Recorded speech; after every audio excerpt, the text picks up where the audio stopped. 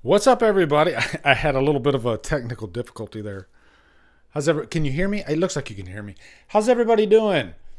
I'm not gonna lie. I literally got my headphones tangled with my mic, and I literally had to quickly unplug my mic, untangle, re-put the headphones on, and then I'm a mess. I'm a big old mess. But it is wonderful to see you guys. Now, I know there's a big football game going on. I'm not a big football guy. I like football. Like, I always watch the Super Bowl. Super Bowl is always fun for me because it's an event. You get the freaking movie trailers. The game's usually exciting. So, yeah, go Bills. So, I don't even know who's playing. I think I quickly looked. It was the Bills. Is it the Chiefs? I know you got the Chiefs, the Eagles, the Bills, and the other team. I don't even think I knew that team existed. What's the other team called, guys? Let me know. Amber Hill, how are you doing? Jean, Jamie, Hart, Polly, how are you doing? Destiny, nice to see you. Kevin Munn, Ryan, Chester, Lance, Chafin, how are you doing? Reign of Terror, I think. Terror, Horror. They're starting to roll in now. Okay, Horror Guy, 96, a niner in there. Shelby, how are you doing? Vinny, what's up, Vinny? Deadhead, time for a nice cold one. Matter of fact, might as well. When in Rome. There we go. What's everybody drinking? We're going to do a live horror ranking, and if you've done these random rankings with me before, you know that you guys picked the movie. We're not doing it yet, though, okay? So don't start throwing movie titles out there. But it's going to be fun. Gory Tiger, how you doing? David Anthony. Joe Fierro, nice.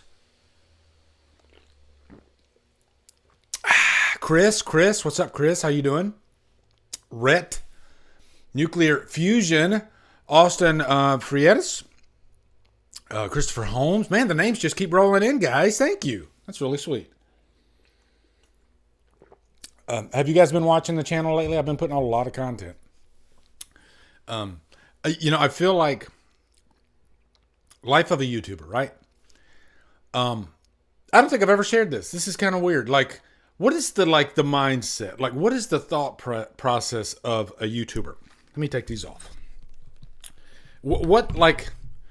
Are we really screwed up in the head? The answer to that is yes. Okay. If you do this as seriously, like I do it, yeah, it totally screws with your head no matter what.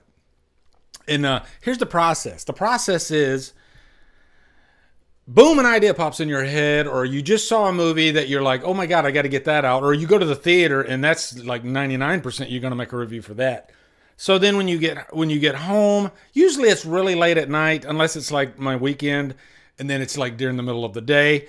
And the clock starts ticking as soon as I'm even when I got to watch the movie, right? And so I'm hoping the movie's like an hour and a half. I'm not going to lie. And then after the movie's done, I got to get upstairs. I got to get everything set up. I got to do all this. The whole process is like freaking 4 or 5 hours by the time it's all said and done. Sometimes you're not even in bed until freaking, if you're lucky, midnight. Like if I go to bed at midnight on like say a new release day that I'm putting out a review, if I go to bed at midnight, that's a good day. That's a really, really good day. Like I have succeeded if I can get to bed by midnight on like new release night. Oh my God.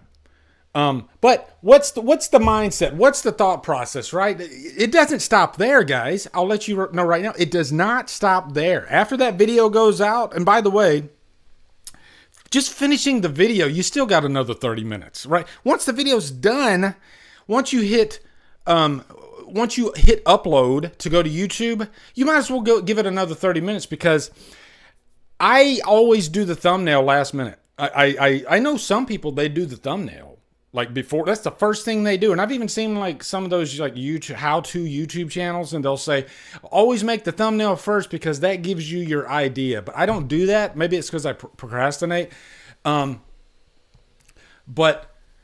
yeah, I always literally, I'm doing the thumbnail as the video is uploading. As the video is uploading, I'm freaking going crazy, and I'm obsessive about the thumbnail though. Like sometimes I'll have like 4 different thumbnail ideas by the time it's all said and done. Like the first one, I'm done with it. I'm like, okay, no, I don't like it. And so then I'll like get rid of that one. And then the second one, okay, I think that's good. Let's go ahead and nope, I don't even like it. And so sometimes that process can go, because this once it's up, it's forever, right? It's forever. So I have to like get that thumbnail as perfect as I possibly can. The text has to be just in the right spot. The body image has to be in just the right spot. Sometimes I go through 3 or 4 different body images before I finally figure out which one I want to use. Do you hear like how crazy I am right now? And then after that's done, after the video is out, then the mindfuck starts, because you're like, how many views is it going to get in the first hour? How many views will it be when I wake up in the morning? So you can't sleep at night because you're thinking about freaking numbers in your head, which I never wanted to live my life thinking about numbers. And you can say to yourself that I'm better than that. I'm not going to do that, but you can't, because it's you can't control it. Right? It just happens. The freaking, the numbers are there. And so you'll like wake up in the middle of the night and you'll like look at your phone. What's the number at? Okay. And then you go back to bed. Then you wake up in the morning and you're like, ooh, do I want to check the number though? Or do I want to go get my breakfast first? Let me go get my breakfast first. And then I'll look at the number when I get back up here. And then I look at the number and I'm like, is it 1,000? Could it be 1,000? The problems of I consider myself a small town YouTuber, but I can tell you right now, I can speak for those that get like millions of views. I'm just going out on a limb here, okay? I don't know for sure. They do the same fucking thing. I guarantee you. The baseline number doesn't matter. When you're at the lower tier, it's the 100 views. When you're at the mid tier, it's 1,000 views. When you're at the upper above that, it's 10,000. When you're above that, it's 100,000, and it just keeps going and going and going. And you know what they all have in common? They're all fucked in the head. They're all doing the exact same thing. They're focusing on that number. And if I get to the level where I start getting like, say, freaking, I don't know, like 10,000 views a video, if I were to get to that level, my mind would still be the same. I would still be focusing on that thing, that thing, and it drives you freaking nuts, okay? And I know it's first world problems, and I didn't plan on starting the stream like this, but here we are. How the fuck is everybody doing? Jesus. I'm already in the mind fuck. I already am, okay? Oh my God. It messes with your head. And then there's more to the mindfuck, okay? I might even clip this out, the YouTube mindfuck. Let me explain how this whole thing goes. Then there's the days where you don't put out content. And you think, oh, he's not putting out content, or she, and he must be loving this. He's probably just, relaxing like he's on the beach somewhere with a pina colada. Right? And it's nice and sunny, and he's watching the dolphins. They're nice. The nice little dolphins. Nope. Then the mind fuck is Why am I not putting out content? And sometimes you can see that is, what am I doing wrong? I'm failing because I'm not putting out content. And so you start thinking up stupid ideas to put out content. That's what this freaking game does to you sometimes. You can't enjoy a day off, right? You'd like to, but because you pull up your feed and you'll have peers on there and you'll have, other YouTube channels that are like way up in the stratosphere. But oh, my peer just put out a video. Shit, I should have put out a video too. Or even better, oh my shit, this guy, he just put out a video for this brand new movie that came out. I didn't know anything about that movie. Shit. Jason from Sinister Cinema Reviews, he just put out this freaking video for this movie that I didn't know anything about. Now I got to go hunt that down. I got to watch it, and that's what it does. I know it sounds exhausting. I'm exhausting you right now, but I'm giving you a little bit of what my mind does. It's completely screwed. It's horrible. It's horrible.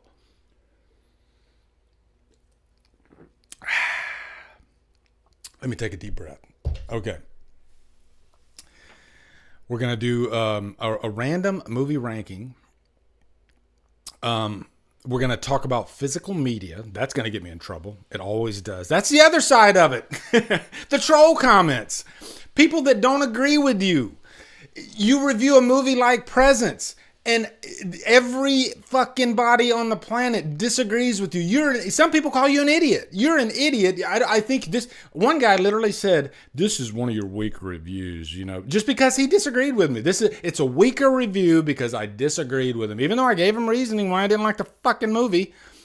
This is what happens. Then you start questioning yourself. Like, am I wrong for not liking Presents? What did I do wrong? And then you start like running the whole movie in your head again and trying to like make sure that you didn't get something wrong in that review. If you don't do YouTube, you would never think about this shit, right? You would literally just go about your day. Oh, I just saw this nice movie Presents. That was cool. Or it didn't jive with you, whatever. And then you'd go about your day. But no, not in my life. In my life, I got to fucking question everything. If I put out my opinion on any given movie and the rest of the planet hates it or it's, flipped, I got to second guess myself, and then I got to get called, names like, oh, he changes his opinion on movies. No, I didn't. I didn't change my opinion on movies. I'm just fucked in the head. That's what it is. Okay. Jesus. Let me take another drink. You got to get the context. Okay, guys? You got to have the context. It's not like I plan on saying, oh, everybody likes it, I am automatically like it now. No, I'm not going to do that. But you do question yourself, right? Even though you did give, I gave credit to freaking Steven Soderbergh, okay? He's always a visionary. I don't take that away from the guy, but I'm a story guy, okay? You gotta pull me in with the story and the characters and the acting and all that stuff still gotta be in play. And you know what? For me, it wasn't. That's it. It just wasn't. And that's fine. It's fine. Maybe I am an idiot. Who knows, right? Usually I'm on the other side of the argument with divisive movies. I looked at the Rotten Tomatoes score for the critics rating. I think is like 1,021% like every, and the audience rating is like, I think 50, somewhere around there, mid. But, critics, I'm going to start bashing critics now, I guess, even though I'm one of them. I do think, and I'm going to get myself in trouble. I always get myself in trouble with my stupid mouth, but I don't care. Fuck it. I do think, okay? Here, come here. This is just between you and me, all right? Don't tell anybody this, all right? I do think some critics, their farts don't stink. And they go into movies and automatically, oh, it's directed by Steven Soderbergh and the camera work looks just really amazing. There's no way I can't not like this. And so they already set up in their mind when they sit down in the chair in the opening scene and they got the camera moving around and it looks nice and artsy and everything. They've already made up their mind. I can't give this movie a bad review because the camera work is beautiful. It's beautiful. I don't care if the characters are kind of thin. It doesn't matter because this movie's great and my farts don't stink, right? That's what they do. Don't tell anybody I said that though, okay? I'm serious though. I think some critics, they really think their farts don't stink. And you know what? My farts stink. What the hell am I saying? Okay. All right, everybody calm down. Calm down. Jesus. Man, I love starting off with a good rant, though, right? I love starting off with a good rant. Jesus. Thank you, Ryan. Yeah, Ryan, I'm no better than anybody, but I will say when I sit down for any movie, I am blank slate. I am literally blank. I know what I know from seeing the trailer, and yeah, but again, I'm a story guy. I'm a characters guy, and I don't care how nice your camera work is. You can bore me. It's your job to not bore me, all right? And I did roll my eyes a couple times at the movie. I was just like, oh, God, are you serious? But I think the big thing is I only liked one of the characters, the daughter. That was it. The rest of them were kind of assholes, you know? So, Vinny, I think I am going to have a heart attack. I'm of the age. I'm getting close to the age. So, yeah, a YouTube vacation. That's the other thing, Polly. You tell yourself you're going to take a vacation. But when you're on vacation, you can't fully shut it off. You're still like, you know, if you dare look at your phone or anything. This is what happens. Every time I decide to take a vacation from YouTube, the biggest news on the planet drops. You know, Superman has just been, you know, cast, or there's always a big trailer that drops every time. So I can't, it's like, that's why I've said before, I don't really take that much time off of YouTube, you know, but I do try to, you know, try to organize my life and my time, and use every ounce of it I can to the best, and for my family, for YouTube, for everything, you know, I do. So it is nice. Don't get me wrong. I can shut it off. I do shut it. Sometimes I shut it off for like a few hours. I tell myself, do not look at your phone. Do not do anything. Just be in this moment. Act like you did before you never had YouTube, and just, you know, like say I'm like yesterday, I had a nice cookout. My family came over, my son, my daughter, little Delilah, my son-in-law, they all came over. We made some burgers. I wasn't thinking about YouTube at all, okay? So I don't want people to come away from this video thinking that's all. I don't, even though I set myself up to sound like I do. I can shut it off. You know, I think if I'm by myself, though, that's when it gets hard to shut it off. But when I have like company and family and, you know, activities, it's easier to shut off. It is, okay? All right. Sneak peek. I posted on the community about this random top 10, and a couple people posted some really, really good top 10s that I had to kind of copy them and put them over here. Let me show you. Hold on. Yeah, look at this guy. Man, I jumped. That's a nice top 10. Maybe I'll save that for a rainy day. I don't know. You got Madhouse, The Night House, The Beyond, Idle Hands, Trick or Treat, Christmas Horror Story, Near Dark, Dog Soldiers, Valentine, and The Fly remake. Jesus. Guys, and remake, that's the David Cronenberg one, okay? For those that don't know that there is like a 50s version of The Fly. But is that not racked and stacked? That is a fantastic ranking. And I think that'll give you, if you're new here to my random rankings, this will give you an idea of anything goes. As long as it's horror, doesn't matter the time frame, anything goes. People do tend to throw out big guns like great movies. And what I would say is it's okay to throw out a bad movie, you know, to like Seed of Chucky. Although I pray you don't throw it, because it's going to be last place. But you don't have to throw out all big guns, right? You can throw out like meh movies, like middling. And you could even throw out like newer movies, like Presents could be on any movie. Any horror movie could be on here, okay? Any horror movie could be on here. And you get to pick, but not yet. I'll tell you when. All right. And then the other one, I saved one more. Look at this one. This was a good one. Matter of fact, I tell you what, guys. You tell me what's the best movie out of this list right here, okay? We got Abigail, Megan, Halloween 2018, Scream 6, The Thing, Saw, Ready or Not, Happy Death Day, You're Next, Texas Chainsaw Massacre. Okay, tell me what is the best movie out of that list, all right? Curious, we're going to do best and worst, all right? You tell me. I'm going to let you pick. What is the best movie out of this list? Okay, we got The Thing, Abigail, Fat Facci. Did you not say The Thing? The Thing, Saw for sure. The Thing. The Thing would definitely be my pick. Okay, yeah, that's a no-brainer. That's an easy one. Okay, give me the worst movie out of this list. All right, what is the absolute worst movie out of this list? And I'll give you what I think. All right. Darren says The Thing. Jason says The Thing. Destiny says The Thing. Vinny says Saw. So yeah, I think you guys. Ryan says Texas Chainsaw, hands down.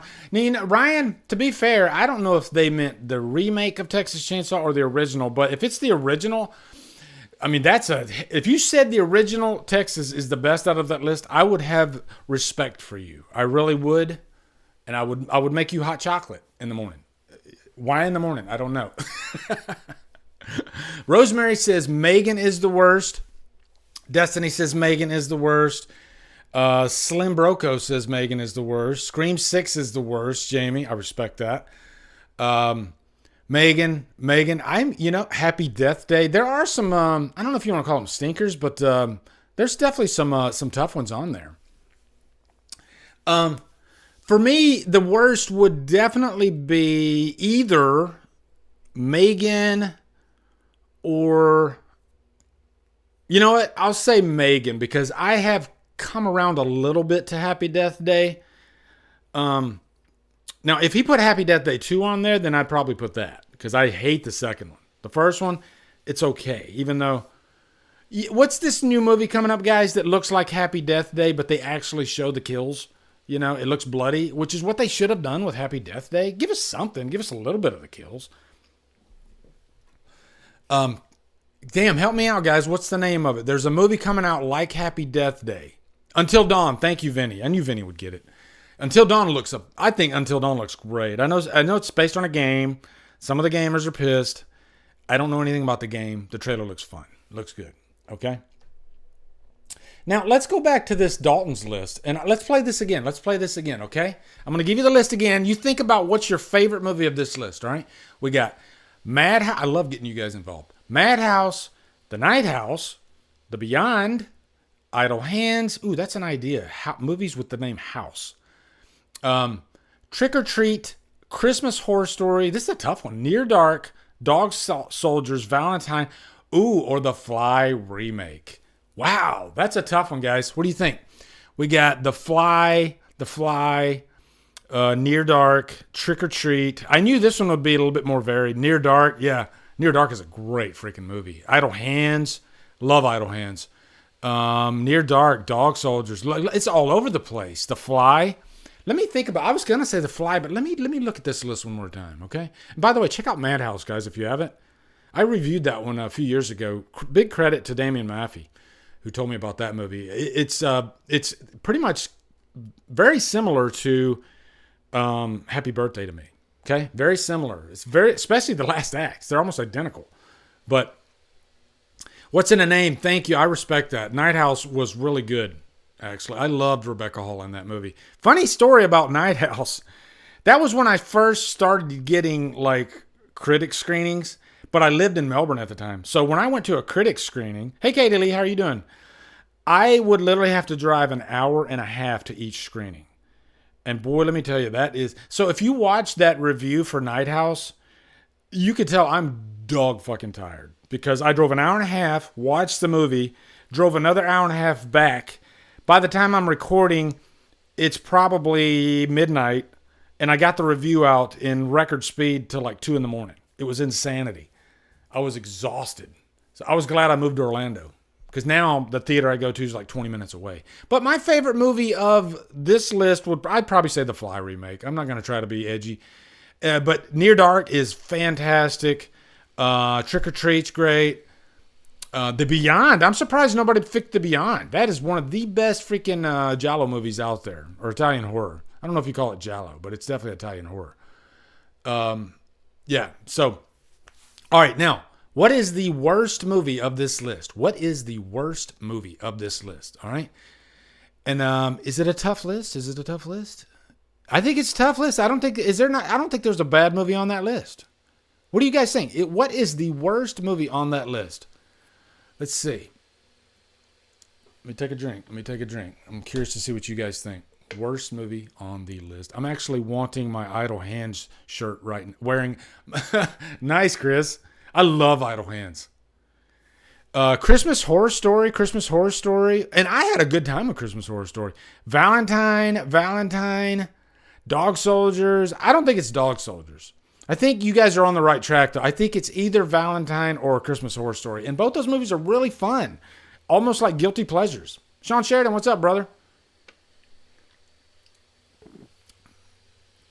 Destiny, she watched Christmas Horror Story this past December, did not like it. There are some, I think, because in there like 3 different stories in it, and I think not all of them are like, that's the problem you get into with anthologies, because there's always a worst story and a best story, right?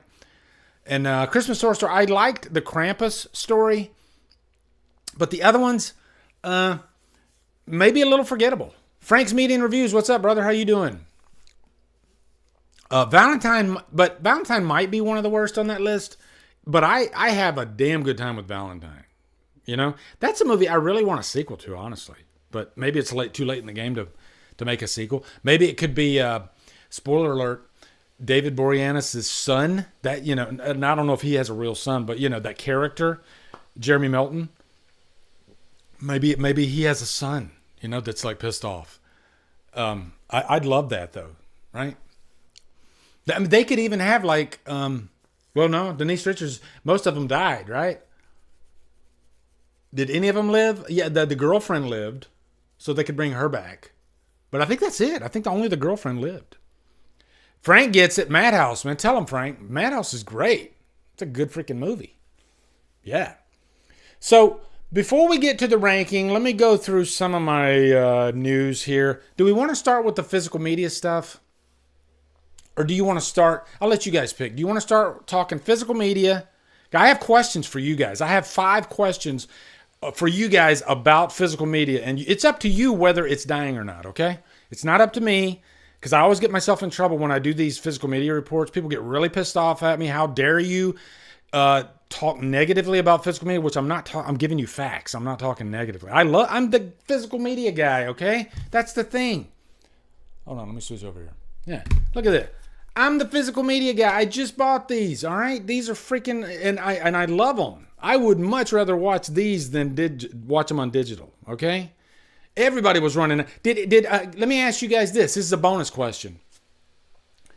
Did you pick up even like at least one of these movies, okay? Answer yes or no. Did you pick, if you did, tell me which movie you picked up, okay? Did you pick up this Substance or Smile 2, or did you not pick up either one of them, okay? I have a question, all right? Let me know. Did you pick up these or not? All right. I wish we didn't have the lag, but yeah. Or the delay, but yeah. The Substance. George picked up The Substance. Jason got both. It's not dying. It's just not as mainstream as it once was. It's more of a niche thing. Very, very true. Everything I say to you is going to amount to that. Thank you, Blu-ray Addict. Pretty much. Substance is amazing. No. Substance on physical media. I'm going to buy Substance, but waiting for the price to drop. Well, I got it for $25, Chris. I mean, it's a game. I don't know if it'll drop even farther than 25. That's part of the problem today with physical media. And you know what? Chris, you teed me right up. Thank you. You teed me right up. Because what we're going to do to start this out is we're going to look at prices of physical media. I already have a window here. Let's look at prices of physical media. So let me pull it up. Yeah, I got an Amazon list right now, okay? Let's look at a few of these prices. All right, here we go. Okay, all right. You know, because I don't want to I want to try to do this update with actual like visuals, okay? Instead of me talking and saying it's a fact, because you might not believe me. I want to show you, I guess, evidence, right? Okay, so let's look through and let's see if the prices are going up or if they're like kind of the same, Or maybe they're going down. Maybe they're going down. And by the way, before I get into this, guys, do you ever have just a movie on your mind, right? You just like going about your day and then boom, a movie just pops up in your mind. I was thinking about the 1985 movie Mask. This is actually pro physical media, okay? This part, okay? As much as some of you think I hate physical media, even though I have a massive collection, I was thinking about the Eric Stoltz movie. I was in an Eric Stoltz mood all week because of Back to the Future. And then I went down the rabbit hole. And then I ended up on Mask. Okay, and if you don't know what Mask is, it's the story of Rocky Dennis. It's a true story. This movie came out in 1985, stars Cher. And he had this disease that made him have a deformed face, kind of like the Elephant Man, right? I used to watch that movie on HBO in the 80s, constantly, all the time. And the version on, the theatrical version of that movie actually has a different soundtrack. The original soundtrack, theatrical soundtrack, has like, I think, 4 Bob Seger songs. 4 Bob Seger songs. It's great. Love it. And part of this is nostalgia because that's how I remember the movie. I didn't find this out until yesterday, that the original intention of this movie was to have 4 Bruce Springsteen songs. They even put them in the movie, but I guess because of the rights, and I guess Bruce Springsteen doesn't own his catalog, they ended up, they couldn't afford the Bruce Springsteen songs. So the studio, without the director's permission, put in the Bob Seger songs. And so now, I didn't realize, because I don't own the movie on DVD or Blu-ray or any physical media. Because I watched it so many times growing up that I felt like I didn't need to buy it.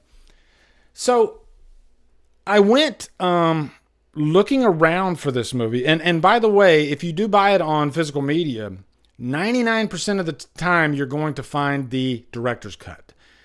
I think there's a bootleg version that actually has the theatrical cut, but most of them are the director's cut, which is, it sucks for the people like me that grew up watching the Bob Seger's songs version, right? So I was in the mood to watch the movie yesterday. I don't have it on DVD, so I figured and by the way, you can get it on DVD for pretty cheap, okay? But I went looking on streaming. Correct me if I'm wrong. I looked myself yesterday. This movie is not available on streaming anywhere. And this is the problem with streaming. And I see this case after case after case. Mask was a pretty big movie in the 80s. I mean, you got big stars in there like Eric Stoltz and Cher. It had constant rotation on HBO. This isn't like a buried, deep cut type movie. I think, I don't know if most is the word, especially now that we're a couple of generations ahead. But let me ask you guys this. How many of you have never heard of the Eric Stoltz movie? If you've heard of it, just say yes, okay, in the chat. If you've heard of the Eric Stoltz 1985 movie, Mask, just say yes in the chat. I'd like to get a tally of how many of you guys know this movie, okay?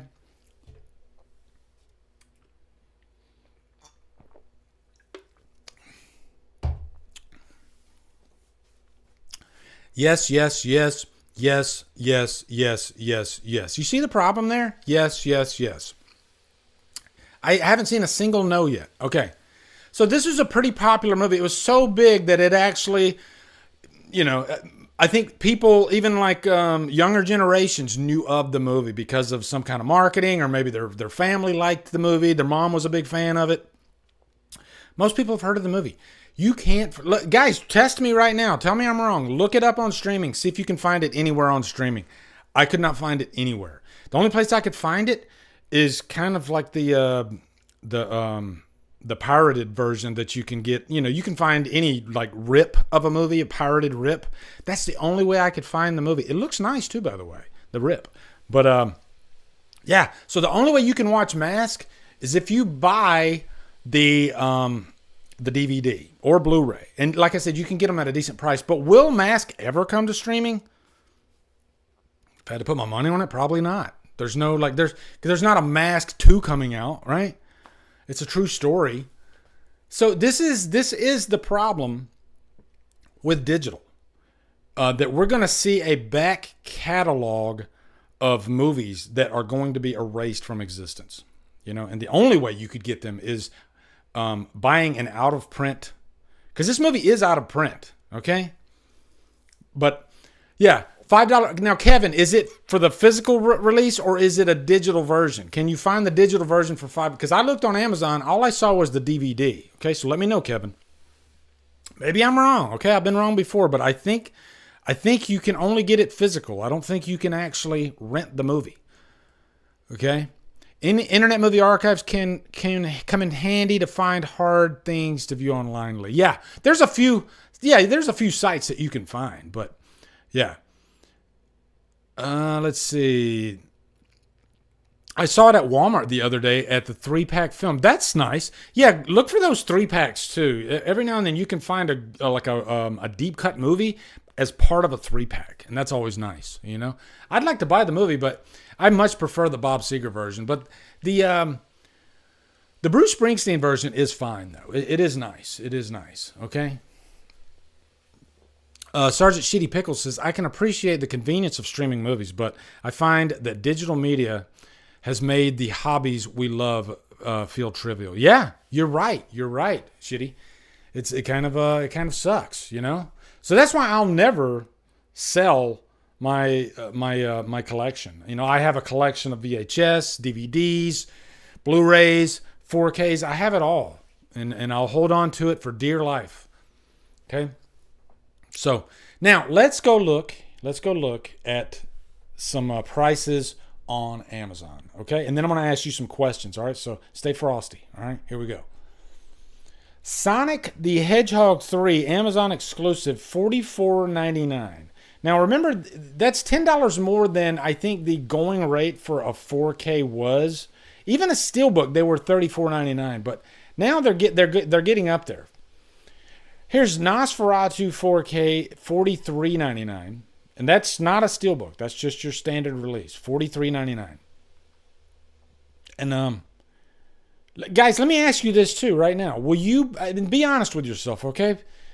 Are you going to pay that? Are you going to pay $43.99 to buy Nosferatu? I want to own Nosferatu. I think it's a fantastic film, and I would love to own it. But just be honest with yourself. I need to know right now, are you going to pay that? And if you are, that's fine. That's great. But, you know, I think you would pay $25, maybe $35, even though it's not like a steelbook or anything. But I'm curious to see what you guys think. I probably will, Blu-ray Addict. Frank says, for me, I simply love collecting and physically owning the movie I love. No, I agree, Frank. That's not the question. The question is, are you going to pay $44? Rosemary says no. Sean says no. Thomas says no. See, and I think we as movie lovers who like having a collection, I think there was a time when we probably wouldn't think twice about buying these movies because they were cheaper back then. They were, and I'll be the first to admit, when movies were, I think 35 was my cap. And I didn't realize it at the time, but because the prices have went up, it is my cap. I won't pay more than $35 for a new release movie. I won't. I'd rather wait. And I think part of the reason, too, is because I'm really busy. I'm always busy with things to do. So my mindset is like, I don't want to pay $45 right now. So I'm going to watch the movie again eventually. But I have so much to do, so many movies to cover that I'll wait and see when it comes down. And when it finally comes down, then I'll go buy it. Now, these movies right here, they were priced appropriately. They were $25 a piece, I think. I don't remember if Smile 2 might have been $30. I got them both from Walmart. Actually, I think I got Smile 2 from Amazon. I ordered it from Amazon. I ordered Substance from Amazon, but I wasn't going to get it until like mid-February. So I found out that I can actually go get it through Walmart. Search a Walmart near me, and you can do curbside pickup, which is what I did. So, yeah, I'm not against buying movies, but I mean, $45, I can't do that. I can't do that. And if you want to spend that, that's awesome. That's awesome. It's your wallet. See, now Wicked, $29.95, I think that's reasonable. Very reasonable, okay? Anora, $50. Again, I ask you guys, okay? Are you going to pay $50 for Anora? Granted, it's Criterion. And Criterion does have sales, like I think once or twice a year, so that'll come down to half price eventually. But are you going to pay $50 for Anora? You know, that's insanity to me. There you go. You see the theme here? 45 for Last of Us. Now that's a TV series. Now, Gladiator 2, under $30, that's reasonable. That's great. Now, this is a whole like 6-film collection, so we're not even going to consider that. But so, you know, I think it's hit and miss. Now, are you going to pay $36 for Panic Room? It's actually cheaper to get the 4K than the Blu-ray, and I'm sure that 4K looks glorious. It's Fincher, you know, and I really enjoy Panic Room. It's a great movie, but am I going to spend $35 on a catalog title? Are you guys going to spend that? If you are, that's great. I'm not spending $35 on a catalog title, okay? And this leads to the loaded question. The loaded question. The question that can get me in trouble, okay? The question that can get me in trouble, and I'm here to stand for it, okay? Because I got to be honest with you guys. There are times when I opt to go digital. If the price is way too high and I feel like I want to watch that movie right now and possibly even own it, and I can save a lot of money going digital, I'll do it. So that's my question to you guys. My next question. If it's a movie you really, really want, okay? Think about this question before you answer. If it's a movie you really want, but you don't want to pay $45, but you see it over here for, let's say $20, okay? Let's say $20 on digital, okay? That'll give you, because I know some of us, we won't spend $20 on digital. But if it's a movie you really, really, really want to own, because you want to watch it right now, but you don't want to spend $45, okay? Will you buy that movie on digital? Answer yes or no. Okay? And in any movie, my answer is yes to that. It has happened. Okay? $20, if the difference between 20 and 45, of course, I would love to own the physical, of course. But when I'm saving half the price and I really, really want to see the movie now, I've caved and and I'll tell you the movie I did and you're going to laugh at me, okay? The Crow. The newest Crow movie, which I don't really like, which is kind of 3 out of 5 for me, okay? It does have a very strong man factor, but I'm a fan of that franchise, and I wanted to own the movie. But I didn't feel like paying for the Steelbook, which I think at the time it's probably lower now, but I think at the time the Steelbook was like $40. And here it was $20 on Amazon. So I was like, damn it. I kind of want to watch it now. And I can watch it now if I buy it digitally instead of actually if I order physical, I got to wait a few days. So I went ahead and bought it. Now, 9 times out of 10, I'm probably not going to do either. I'm probably not going to buy it on digital, okay?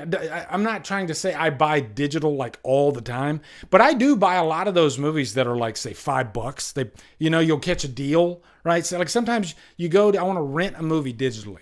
And they have a deal for you can get the movie for like $8. That's kind of my cap. I'll do that. I'll go ahead, and that's why I do have a nice sized digital collection, because if it's below like $8, sometimes even 10, I'll go ahead and buy it, if I can't get the physical. So and I did a whole video about this, about how digital does seduce you. It makes you do things you wouldn't like at face value. You'd probably say, no, of course I wouldn't do that. I'm gonna support. Oh, but shit, I can get that for $8. Sometimes it does do that to you, and without thinking, you hit buy. Because it's convenient, right? Convenience is a factor in all of this. Okay.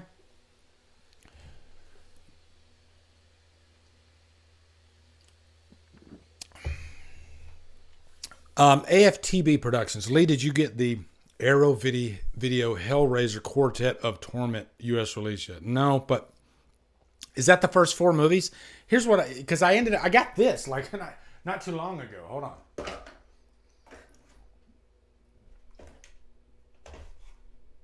Let's see. Oh, where is it at? Is it up here?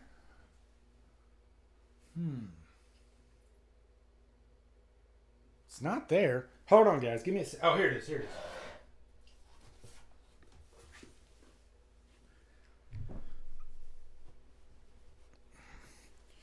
Yeah, I freaking got this Arrow box set that's got the first 3 movies. And so I didn't want to buy it's a beautiful set. The one that has the first 4 movies. So, I mean, I kind of regret, but it's still very nice. Still very nice. So, I mean, I guess I don't really regret it. That's a strong word, but, and plus I'm not like a diehard Hellraiser fan. I love Hellraiser, don't get me wrong, but that franchise definitely, goes south pretty early on. So, but 4 definitely has some cool stuff in it. So, yeah, I mean, at least I got this, right? It is nice.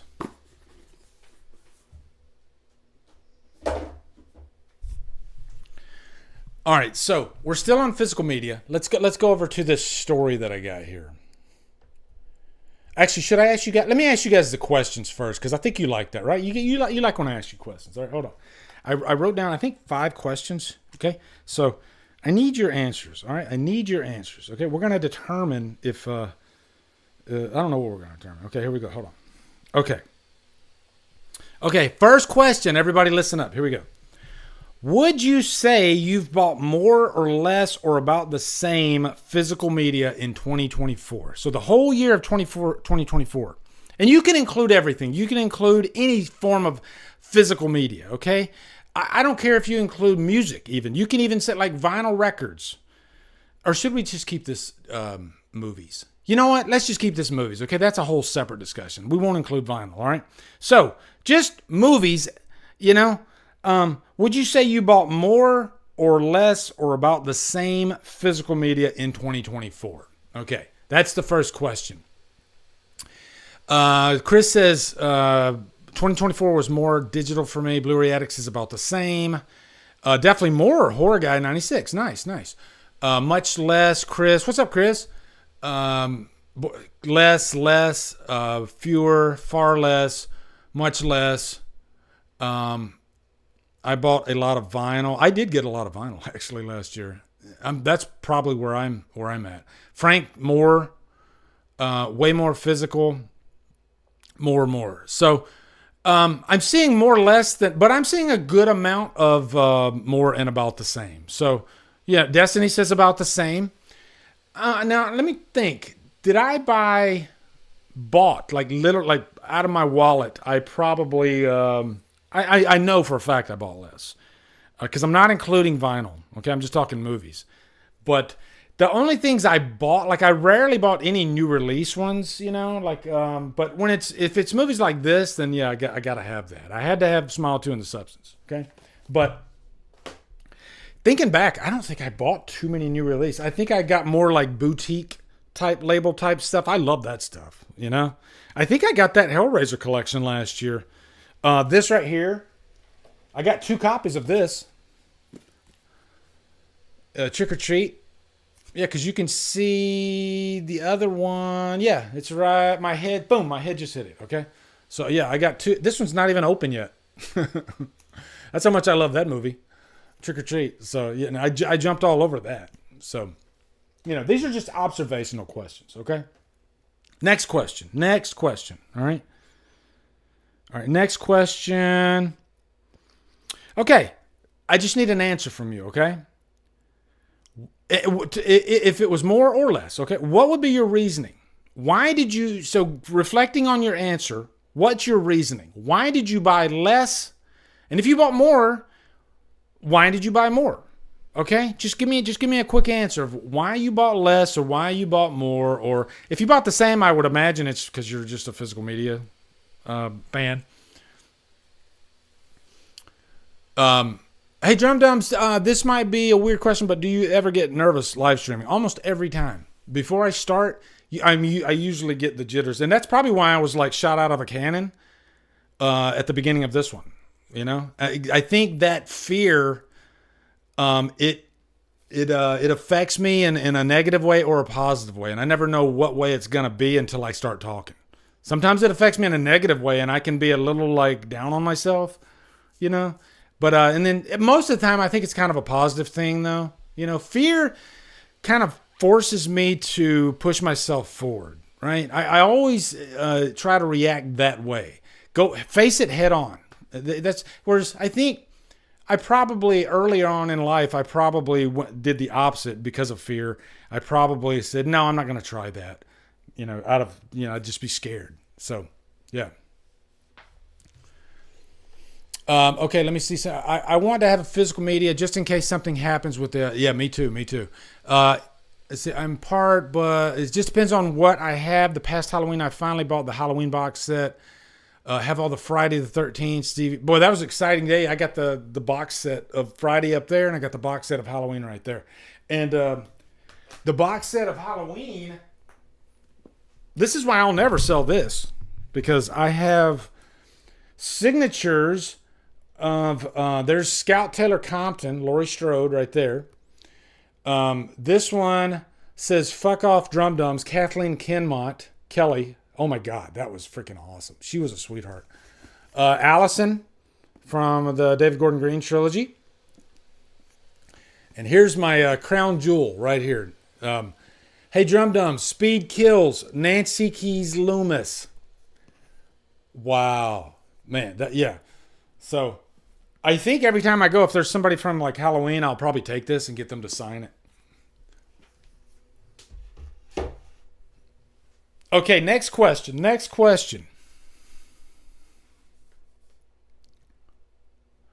Okay, next question is,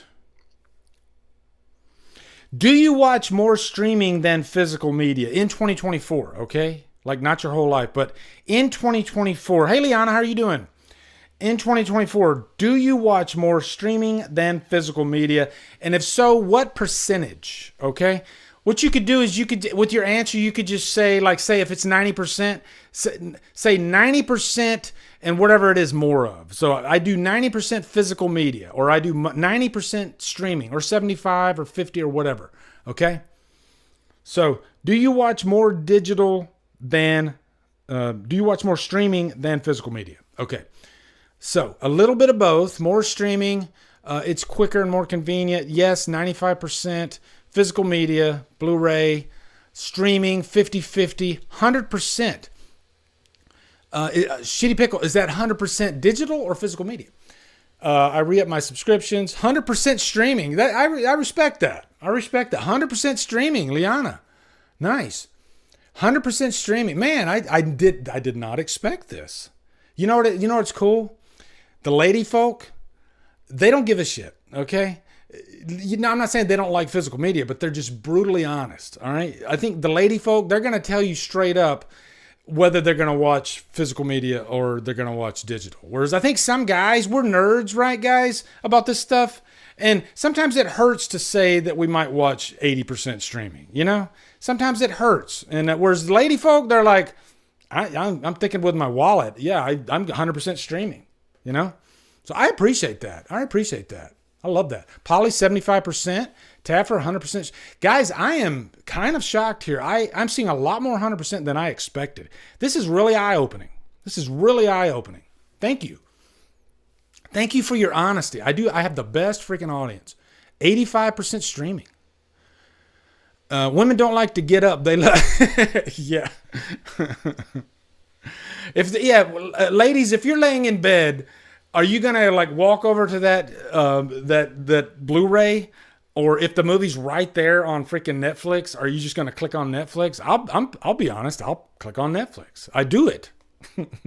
I have this massive physical media collection, but if I'm laying in bed and I'm tucked in and I don't want to get up, I'm not gonna lie. I hit that search button on my Roku and I search that movie out. If I can find it for free on streaming and not have to get up, then I do it.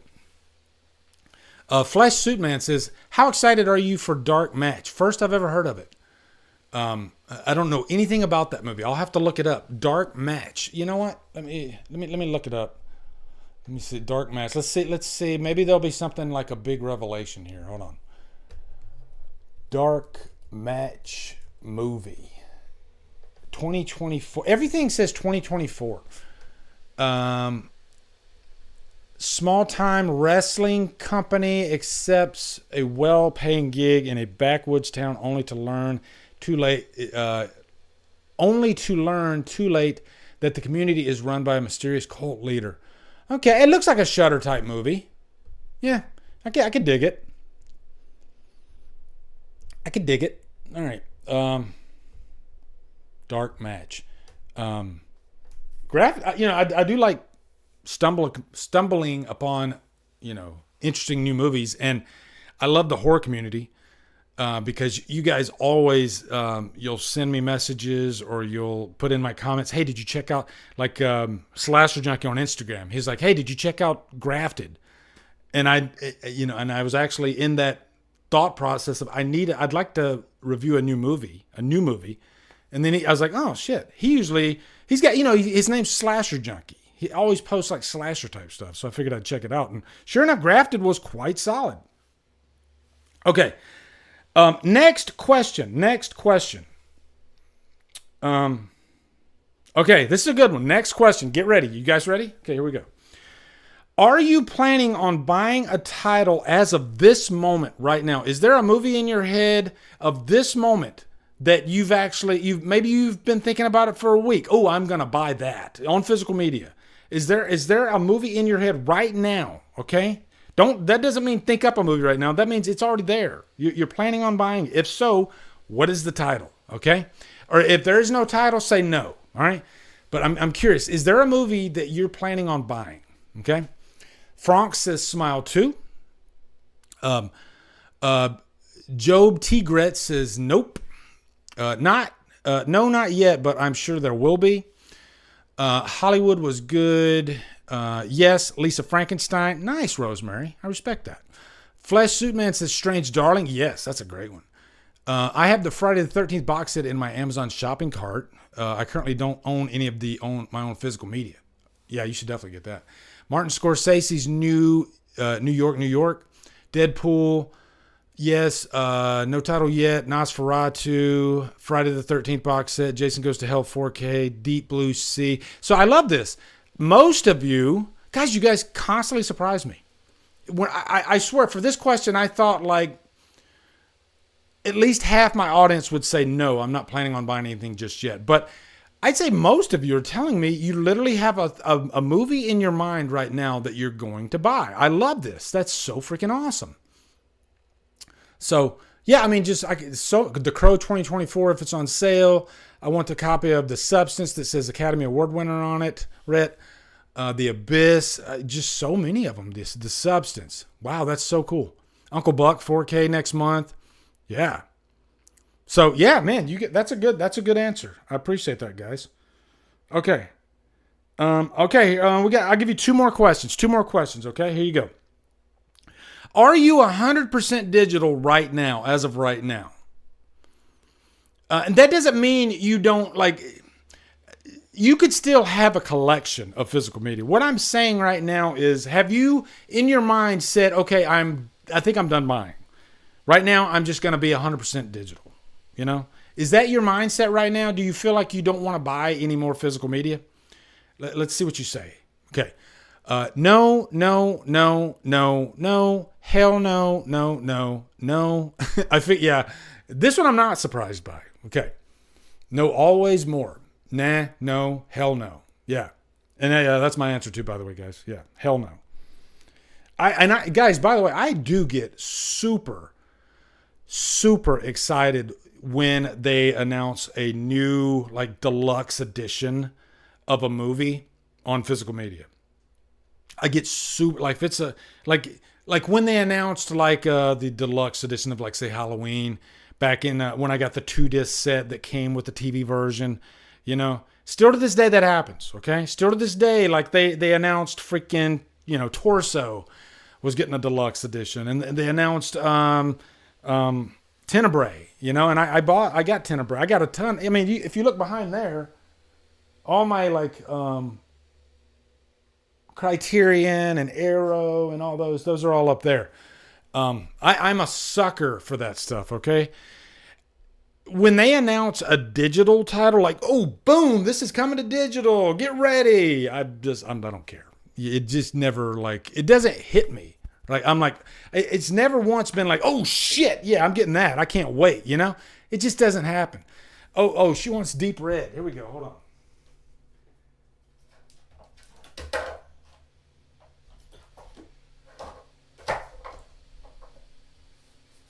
Yeah, this is what gets me excited. This right here. Let me put this up.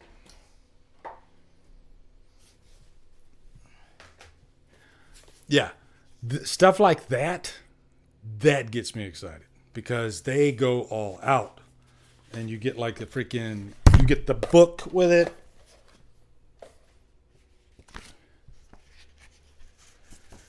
I love stuff like that, that you can touch that. You're right. It's freaking paper. It lasts forever. I still have let me show you something. Okay, we're having fun. Let me show you something. Hold on. Let me put this back. This is why I'll never stop collecting physical media. Because it's kind of like, vinyl, right? Like I got the Rob Zombie's Halloween 2 vinyl. And it's so freaking cool because when you open it up, it's got this beautiful artwork. It comes with like a booklet. But this stuff lasts forever.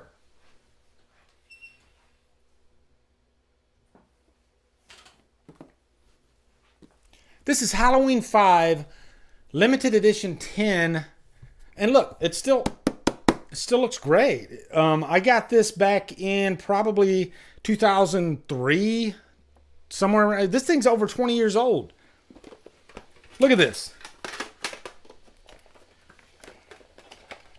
And by the way, guys, they actually sent me 2 books.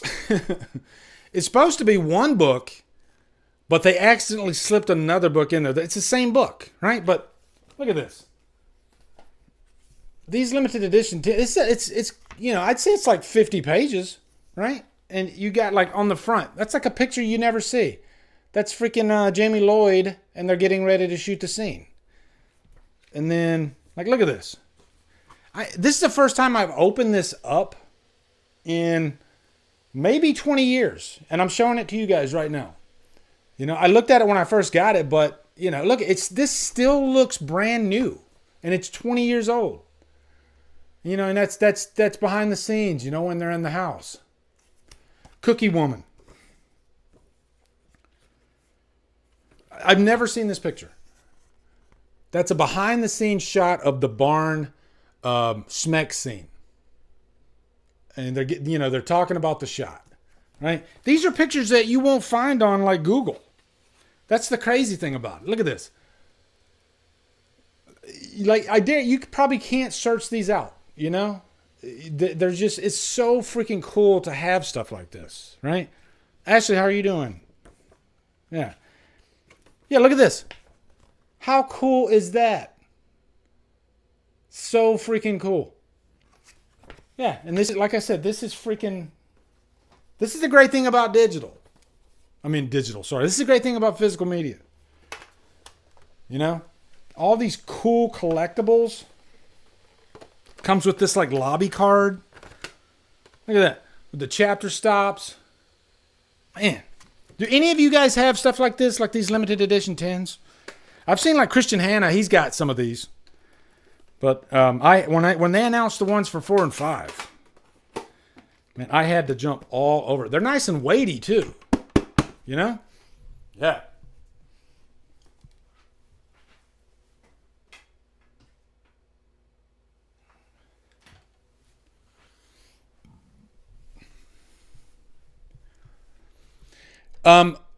Frank, yeah, man, I do love physical media. And ironically, when I do these physical media updates,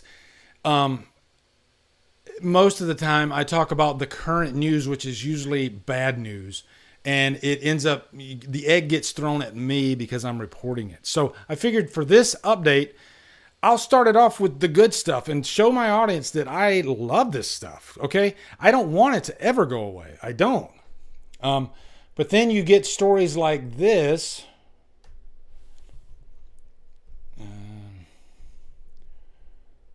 Yeah, here you go. Sony will stop producing blank Blu-ray discs after 18 years.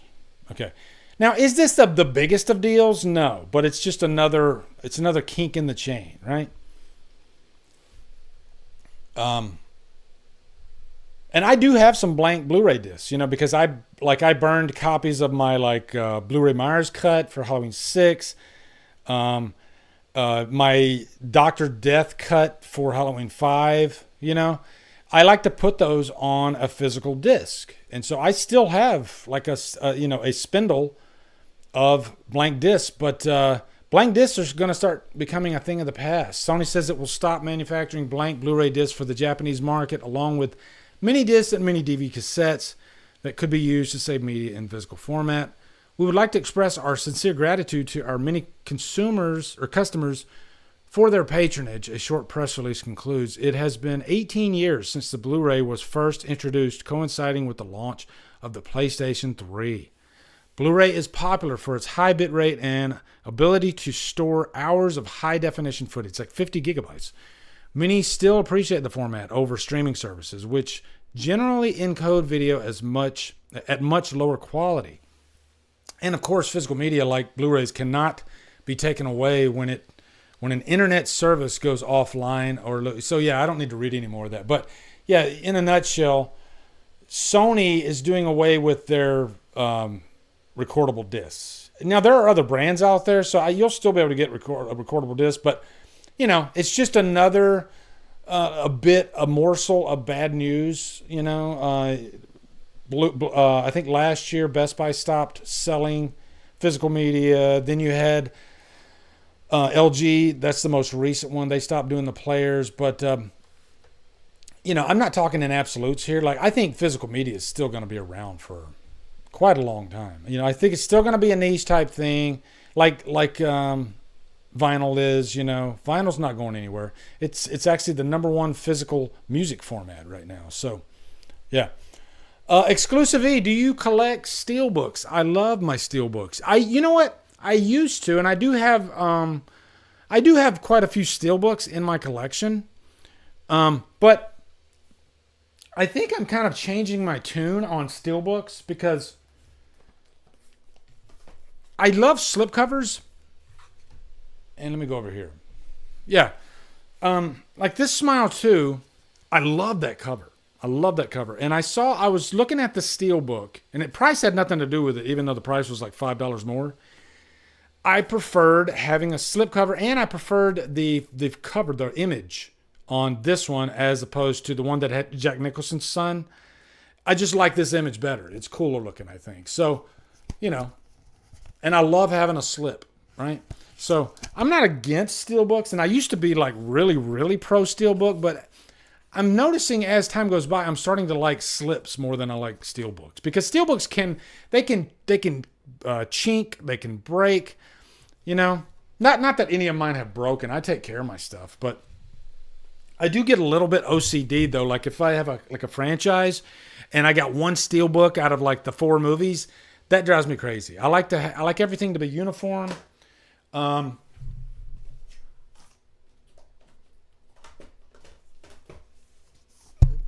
See, like this. I had Halloween Kills, but I didn't have the slipcover. And so I literally found a slipcover online. Somebody just selling the slipcover, and I bought it. No. Actually, I just remembered something. I did not do that. I did something that's probably not legal. What I did was I went to a store. I won't say the store. And I bought the version with the slipcover because when you take off the slipcover, you got the wrap, although this one doesn't. You got the wrap over it. And so I bought it, brought it out to my car. I kept the slipcover. Then when I went back in, I returned it because the workers, they don't know. They don't care. So I returned it and I kept the slipcover. That was probably not a good thing to do, but I did it anyway. Okay? But yeah, and I like to have the slipcovers. I got the freaking Halloween Ends, Walmart exclusive. You know, love this stuff. And by the way, guys, I've showed these off before, but man, I didn't expect this whole stream to be about. But we got to get to this freaking physical media dies tonight. Don't you say that, Liana? Hey, I don't say that. This cover right here, I bought these off of Etsy. This guy was selling the David Gordon Green trilogy covers to match the rest of the franchise for the 4K. And I bought one for all 3 of them. And that's the Kills one. Okay. Okay, guys, we got to. I'm sorry, I've been talking too long. We got to get to the random ranking. Okay, this is where you come in. All right. So, all right, let's go over to the random ranking. Let's get rid of this. Let's get rid of this. Okay, right now we got a blank slate. Okay, so let me pull up this. Let's see. Okay, so how do I want to do this? Let me see. Hold on. So that way I can see.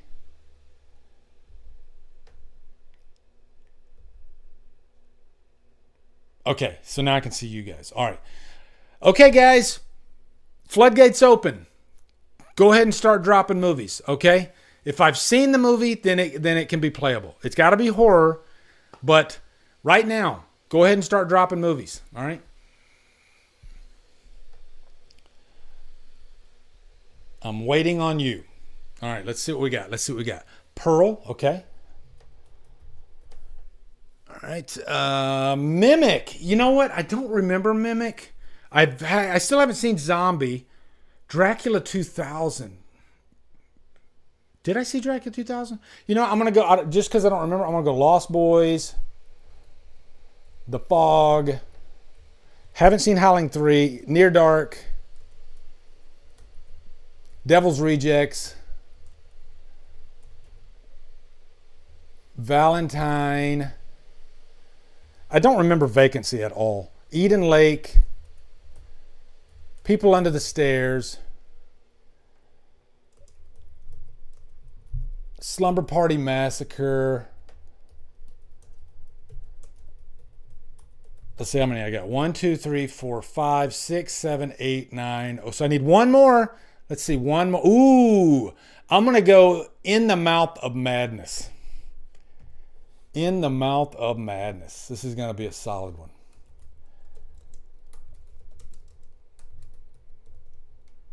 All right. Okay, so let me save this, and then you should be able to see it on your screen. Okay. Export as random horror. No, it's not that one.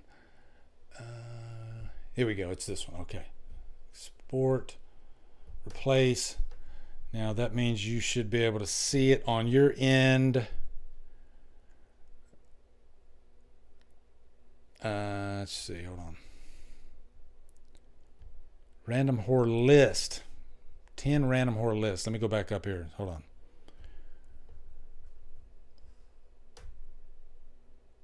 Oh, that's not it. Okay, hold on. Export as. We need random horror list. Ah, here it is. Okay, here it is right here.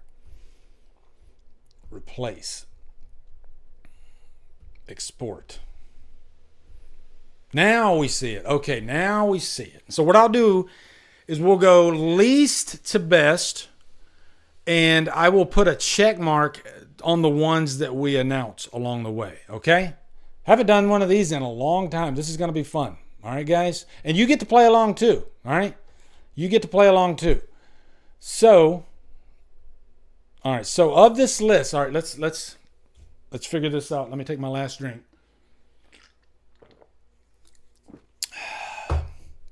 Yeah, these are going to be some good ones. Okay. All right, guys. Right now, what is your least favorite movie of this list? All right, and I'm going to look and tell you. I'm going to see what mine is. Okay. Pearl, Lost Boys, The Fog, Near Dark, Jesus, Devil's Rejects, Valentine could be there, Eden Lake, People Under the Stairs, Slumber Party Massacre. Jesus, man, you guys gave me some gangsters. I'm gonna go. I guess I gotta go Valentine, right? Yeah, that's what you guys are saying. Devil's Rejects, Slumber Party, Eden Lake. Eden Lake is brutal. Yeah, OG Fog, Scott. I was thinking that too. I was like, are we dare? I mean, because that would easily be the worst. Because that's like one of the worst remakes ever. So, I haven't seen Eden Lake or People Under the Stairs. Destiny, you got to get on that. Both those are really good, but you got to be in the right mood for Eden Lake.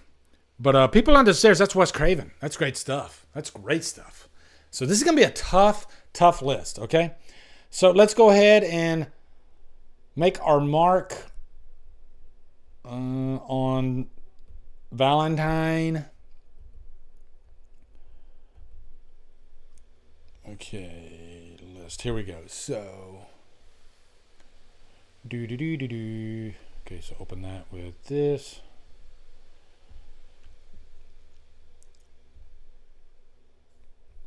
Okay, and we'll take that. What color do I want to make my check mark? Because it matters, damn it. We'll go green. Okay. All right, so Valentine. There we go. Override. Okay. That should show up on your end now. What the fuck happened? Where the hell did it go? Why in the hell did it disappear? That's weird.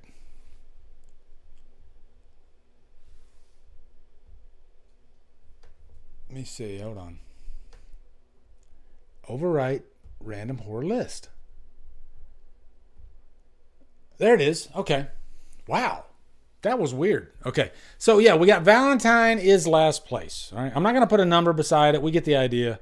But that way we can at least keep track. Okay. So now, all right. Now, let's go the worst from all those except for Valentine. Let me run down the list again. You go ahead and tell me which one you think is the worst. I'll go from the bottom. Okay. In the Mouth of Madness, Slumber Party Massacre, People Under the Stairs, Eden Lake, Devil's Rejects, Near Dark, Jesus, man, The Fog, Lost Boys, and Pearl. Wow.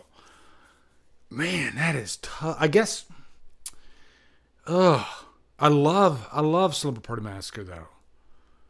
You know what? I'll say Eden Lake. Even though that's a quality film, but boy, will it piss you off. Okay? It's a quality film. It's very effective, but damn. You gotta, I guess you're, are you going to walk away from the movie satisfied and happy? If I go with that, then I guess I would say Eden Lake. So yeah, and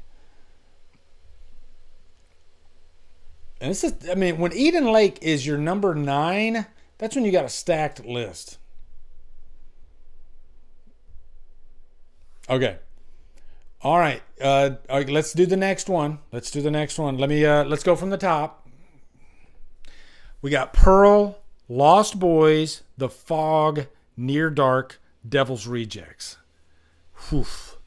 People Under the Stairs, Slumber Party Massacre, In the Mouth of Madness. Jesus, man, this is tough. Because there's so many variables. Ugh, and they're so different too. Okay, let's try it this way. I don't think it's Pearl yet. It's definitely not Lost Boys. Definitely not The Fog. It's definitely not Near Dark. Devil's Rejects, we'll set that one aside. People Under the Stairs, we'll set that one aside. Slumber Party Massacre, we'll set that one aside. So, and In the Mouth of Madness. Okay.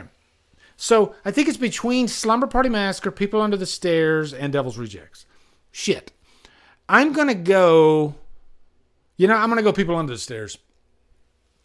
And that's a really fun movie. I love People Under the Stairs. But against that company, it can't be. So yeah, let's mark off People Under the Stairs. Okay. You guys having fun? I'm having fun with this. All right. Okay. So now we got Pearl, Lost Boys. Let me move this over so I can see you guys better. There we go. Okay. Here we go. We got Pearl. Let me start from the bottom. In the Mouth of Madness, Slumber Party Massacre, Devil's Rejects, Near Dark, The Fog, Lost Boys, Pearl. Okay. Fuck.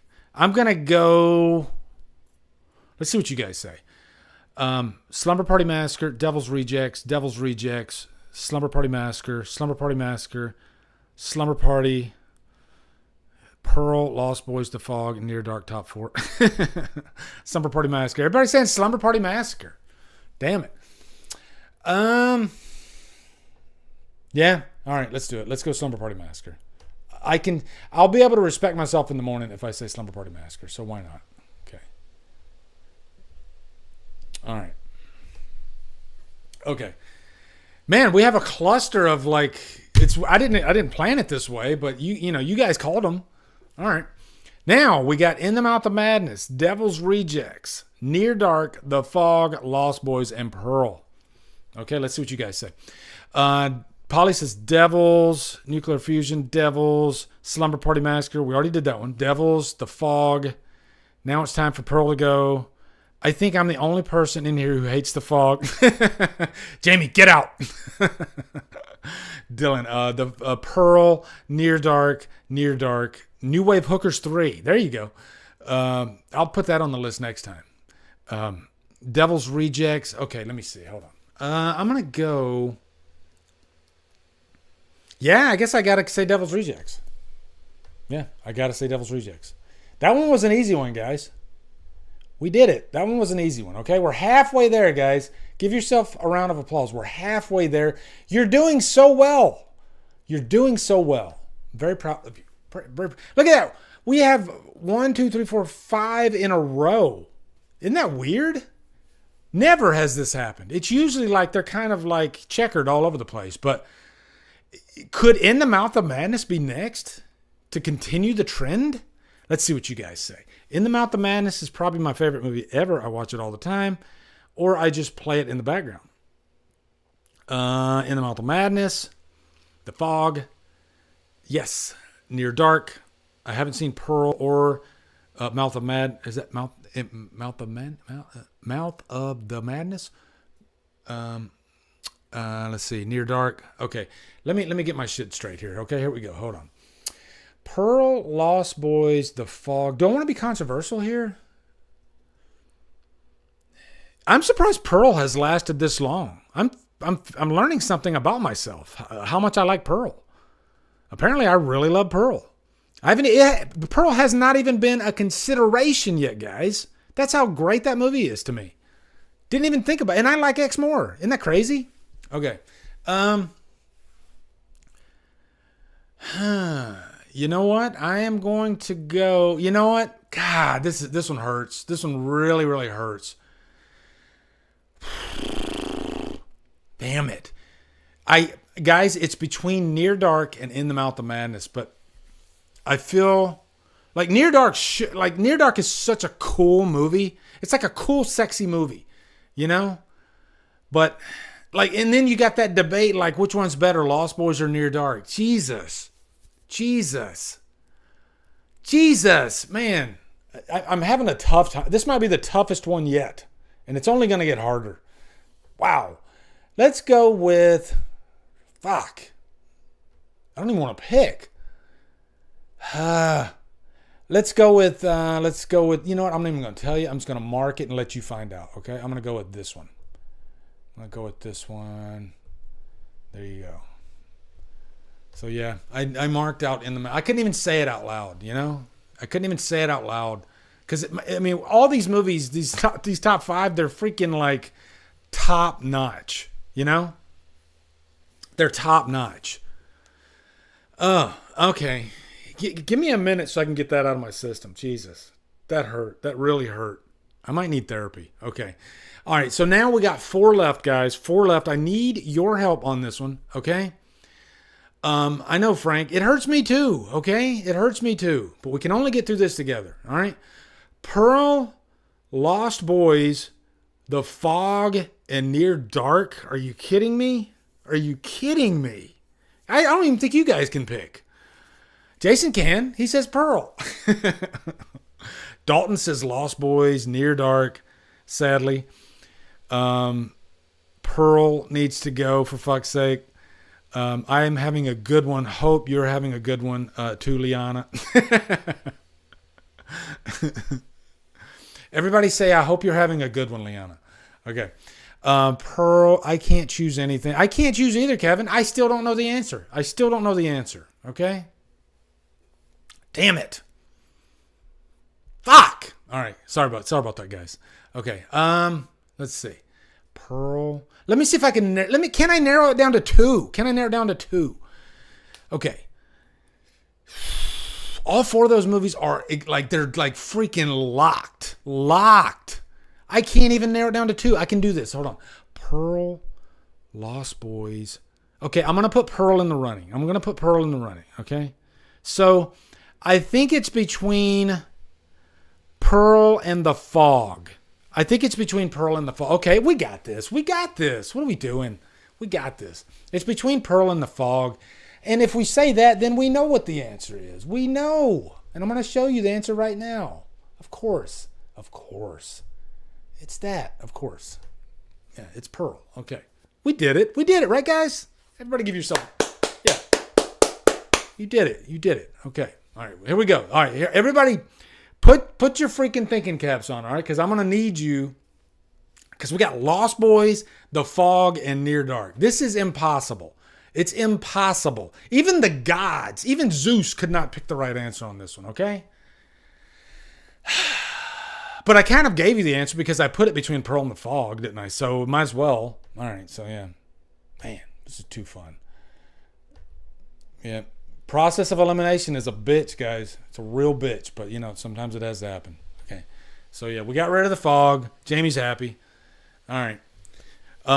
Okay, now and I did not plan this, but we have the Vampire Showdown. It's the showdown that we constantly hear from people.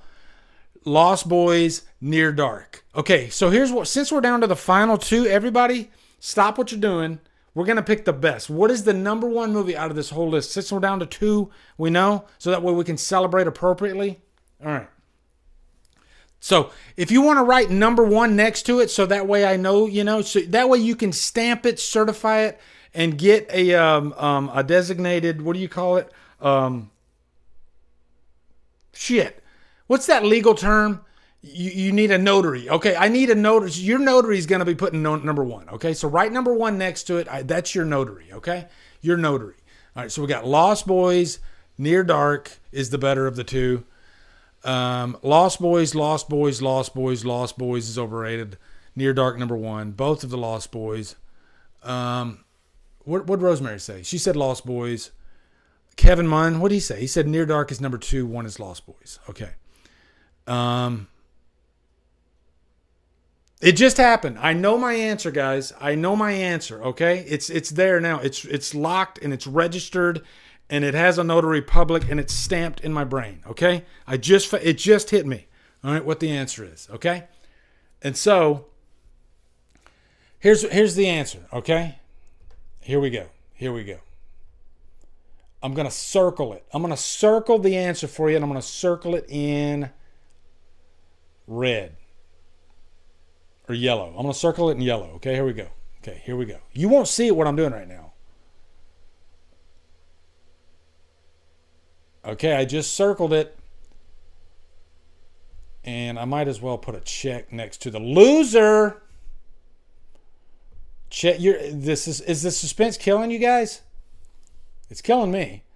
Okay, here is the winner. Okay, here is the winner of the top 10 that you picked. You picked this, guys, okay? You gave me one of the toughest rankings I have ever had to do. And the winner is Vampire in Brooklyn. No, the winner is, boom, there you go. It's Lost Boys. It is Lost Boys. Lost Boys is the winner. And I'll even say, when we started this, I didn't know if it would be Lost Boys, okay? It wasn't locked.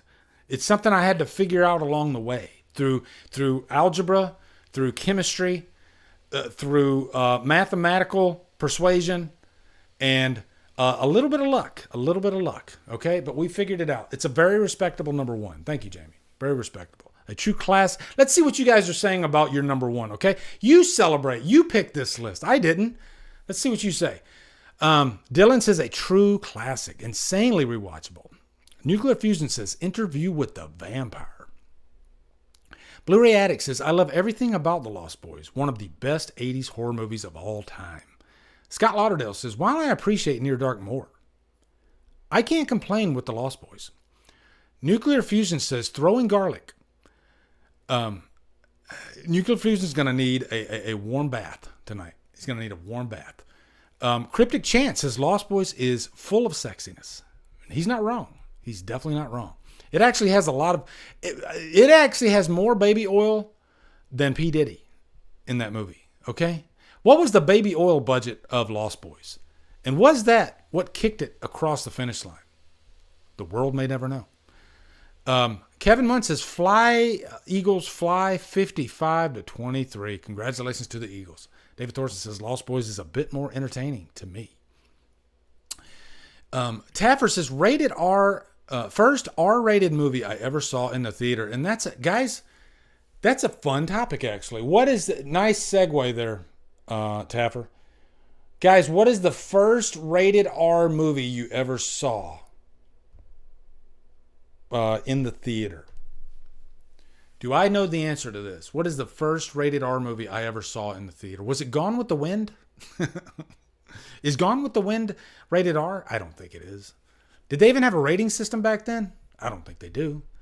But I remember waiting in line for a ticket back in 1932? I can't remember. Die Hard. You know what? I think I might have an answer to this if I timestamp it, because it might be Predator. Because Predator was 87 and I would have been 14. And I'm pretty sure I got into Predator somehow. I might have went with an older person. But I saw Predator in the theater. Natural Born Killers or Pulp Fiction. Yeah. Last Boy Scout. I saw Last Boy Scout in the theater. Yeah, that one was great. Dancing a Jig. What was the Fog 1990-80 or the remake? It was the remake. The remake actually made it in the top 3, right, guys? It's that good of a remake.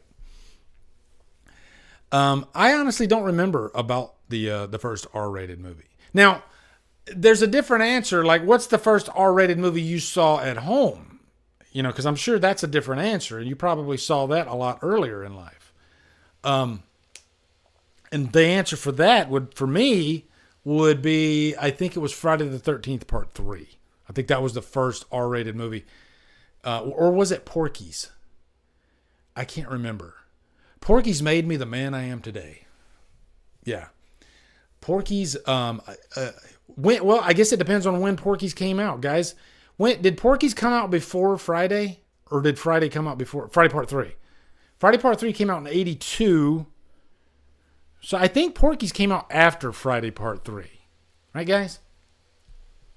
But which one of those movies made me the man that I am today? It would be Porky's, which came out in 1981, which came out before. Okay, so yeah. I literally watched Porky's. I've been meaning to watch Porky's again, you know. These eggs, freaking love Porky's. Freaking classic. Classic. What did I just do? I don't know why I did that. Okay. Shit. Do we have it? Guys, do you want to do like Q&A or I got another news story. I'll tell you the news story. And if you want to do it, we'll do it. Or if you'd rather do, like, if you got some questions for me, we could do that. I'll let you decide. Tonight, it's all about you guys. We got Cinderella body horror movie through Bloody Disgusting. Would you guys rather run through that story? News story? Kevin says he'd like the news story. For me, the first R-rated movie I saw at home was definitely Scream. In the theater was either Step Brothers or The Strangers. Same year, just can't remember what came out first. Well, I know The Strangers came out in 2008. Evil Dead 2013 isn't a remake. Fede Alvarez confirmed it. Yeah, I mean, you could look at that as a sequel for sure. News story. Okay, let's do the news story. Okay.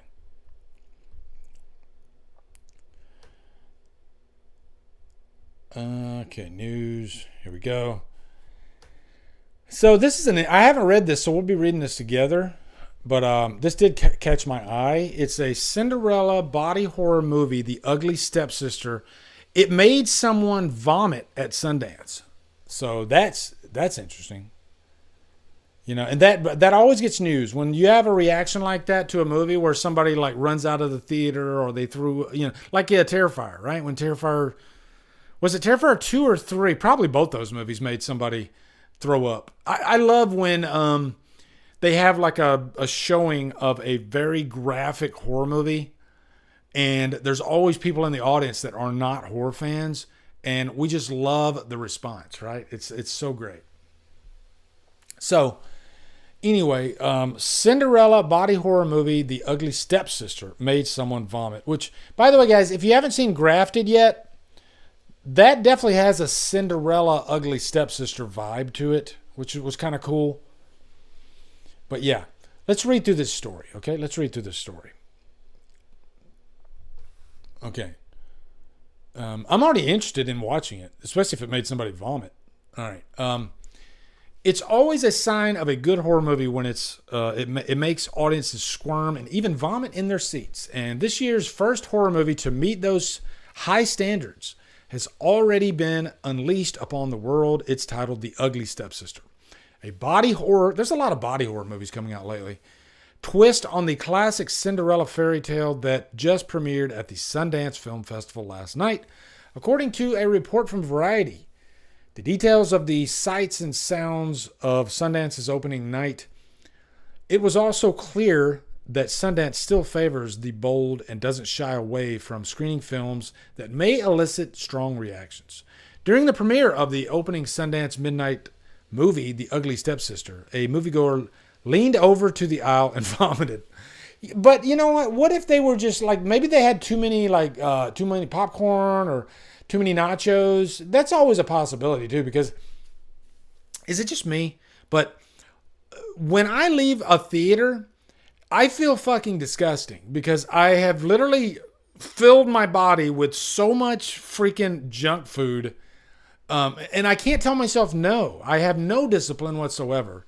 And it's highly possible that this person, they might have been full on freaking theater snacks.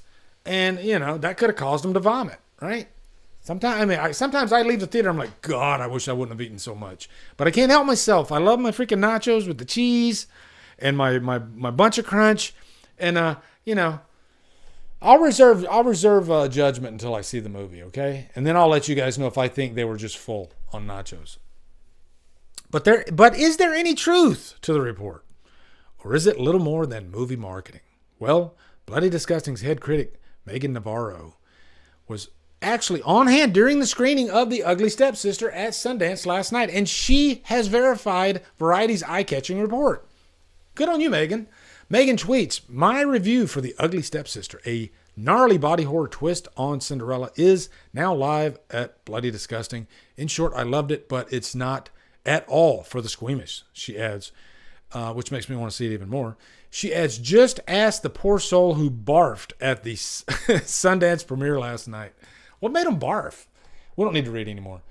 You know, guys, let me ask you a question. Do you think maybe the Winnie the Pooh thing has something to do with this? Right? I love nachos too, Destiny. Do you think the Winnie the Pooh thing has something to do? Because we have the freaking Mickey Mouse horror movie now. We just had the Peter Pan horror movie. And these movies, they go hard. Like, they don't go light horror on these. They go pretty much for the opposite of the original property. And I think it's like with every movie, they go harder and harder and harder in the paint. So I'm wondering, first off, who's behind this movie? I need to look up who's behind it, who directed it, what their history is. Also, I'd like to know what the scene in question was. It's a body horror movie, so I'm guessing something came out of somebody's body, right? And it was just too much for somebody to take in the theater. But it's always fun. It's always fun. Let's see what you guys are saying. How do you stay so fit eating all that? I vomit. No, I'm just kidding. You know what? I will say, when I go to the theater, I do like spoil myself, and I splurge and eat. That's kind of like what you would call a cheat day. Not that I'm a health nut or anything like that, but anytime outside of that, especially after I turned 50, like, I don't really eat ice cream that much anymore, whereas I used to love eating ice cream, stuff like that. So now what I do is I buy these They're like Nature Valley granola bars. That is the, like, outside of when I go to the theater, that is the only snack I have. You know, I don't eat anything outside of that sugar wise. I just eat my little, and they're little bitty Nature Valley granola bars. They sell them at Sam's Club in like a 60 pack. Half of them are like peanut butter and the other half are chocolate chip. And that's it. And that's easy for me. Like certain foods are harder for me to give up, but luckily chocolate, only so much of it I can eat. And then I start feeling like ass, like feeling really horrible. And my body usually tells me those things a lot easier now than it did, like, say, 20 years ago. So, yeah, I just kind of stick to my main meals. And I'm all about portion control. I don't need to, like, eat too much, you know? Not that I'm like a health nut, but I think if you cut back and if you eat, like, certain foods and you cut out, more importantly, certain foods, then that can help you keep the weight off, right? So, and I've noticed now that I'm like on I don't even know if I call it a diet, because when I think of the word diet, I think of suffering, and I don't feel like I'm suffering. It's just like it's a routine now, right? So it's like after every meal for my dinner and my lunch, I just have that one little granola bar and whatever I eat for that meal. So, but when I go to the theater, you know, that's when I go crazy. And I just, you know, I need to get my Bunch of Crunch, and I need to get my nachos. And sometimes I'll get like my wife likes pretzel bites, and so sometimes we'll share those. But yeah, if I'm going to the theater, it's party time, right? I'm not fucking around. I'm gonna have, because I love. Do you guys, if you get popcorn or if you get nachos, do you salt them?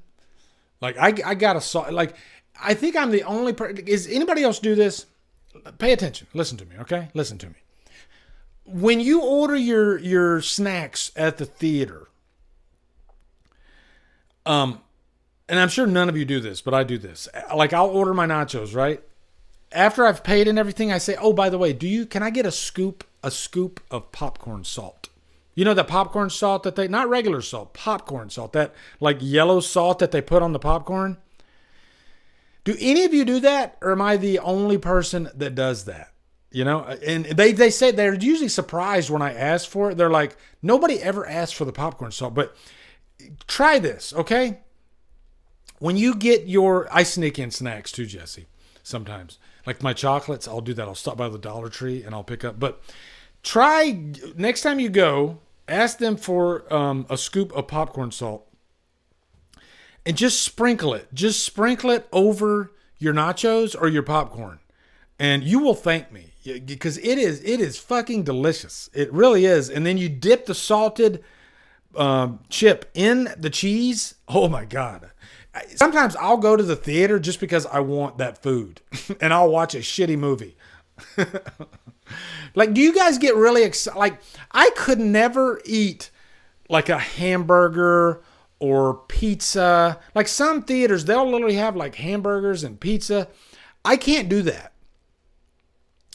I separate the two, right? When I go to the theater, I eat certain foods that I don't eat in real life at all. Like you'll never catch me outside of the theater eating popcorn or nachos.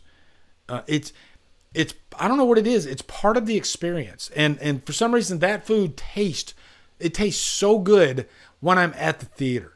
But when I'm at home, I've never even tried it. I've never even tried to buy nachos or popcorn. I'm sure I've had popcorn at home. But yeah, there's nothing beats having it at the theater, right? And by the way, guys, do all of you guys have an AMC near you? Okay, another question for you. Do you have an AMC near you? All right, because listen up.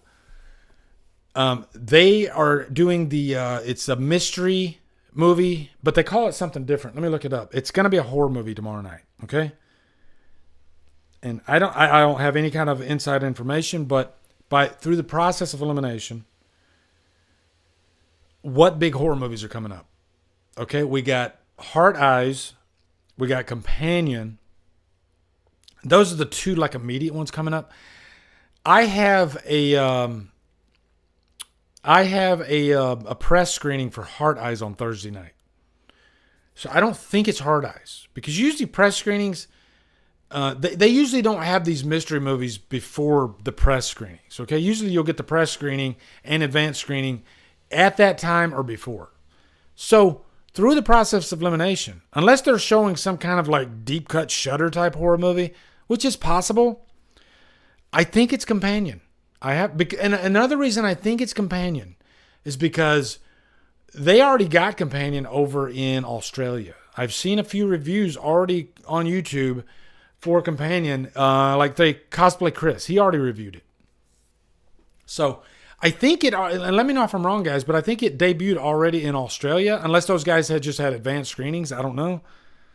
But I would say if you have an AMC next to you and you feel like going to the movies tomorrow night and you feel like you'd like to see Companion, you might want to go to that screening because it's $6. It's only $6. Okay? I think there's a chance that Companion could be showing tomorrow night. So there's a little tip from your Uncle Lee. All right? I think I'm going tomorrow night. I already bought my ticket. I'll even show you. Okay, hold on. And I'll tell you what the thing's called. Oh shit! I gotta cancel. What the hell? I'm glad I talked about this because look at this, guys. AMC Scream Unseen, January 27th. Scream Unseen. So it's definitely a horror movie. But today I was having trouble. Like every time I would hit the pay button, it would say error. And apparently I tried it 1, 2, 3, 4, 5 times, 6 times, 7 times. Good thing I showed you guys this because now I got to go back and get a refund on 6 of those. Because I was bound and determined to get that freaking screening. So, wow. So guys, if you have an AMC neck close to you, go to the site AMC Scream Unseen and take a stab at it. It's only $6 and you might be able to get to see Companion tomorrow night. All right. So yeah, Regal does do mystery movies too. They do. So, and it's fun, right? It's fun because you don't know exactly what it is until it starts. And this is the first mystery movie I've ever been to. So I'm wondering if everybody will start clapping if it's a movie that they're like hoping it is, because I'm sure everybody hopes that it's Companion, right? So you know what? Let me see if I can cancel. Jesus. AMC Ultimate. Wow. Let me make sure which one is which.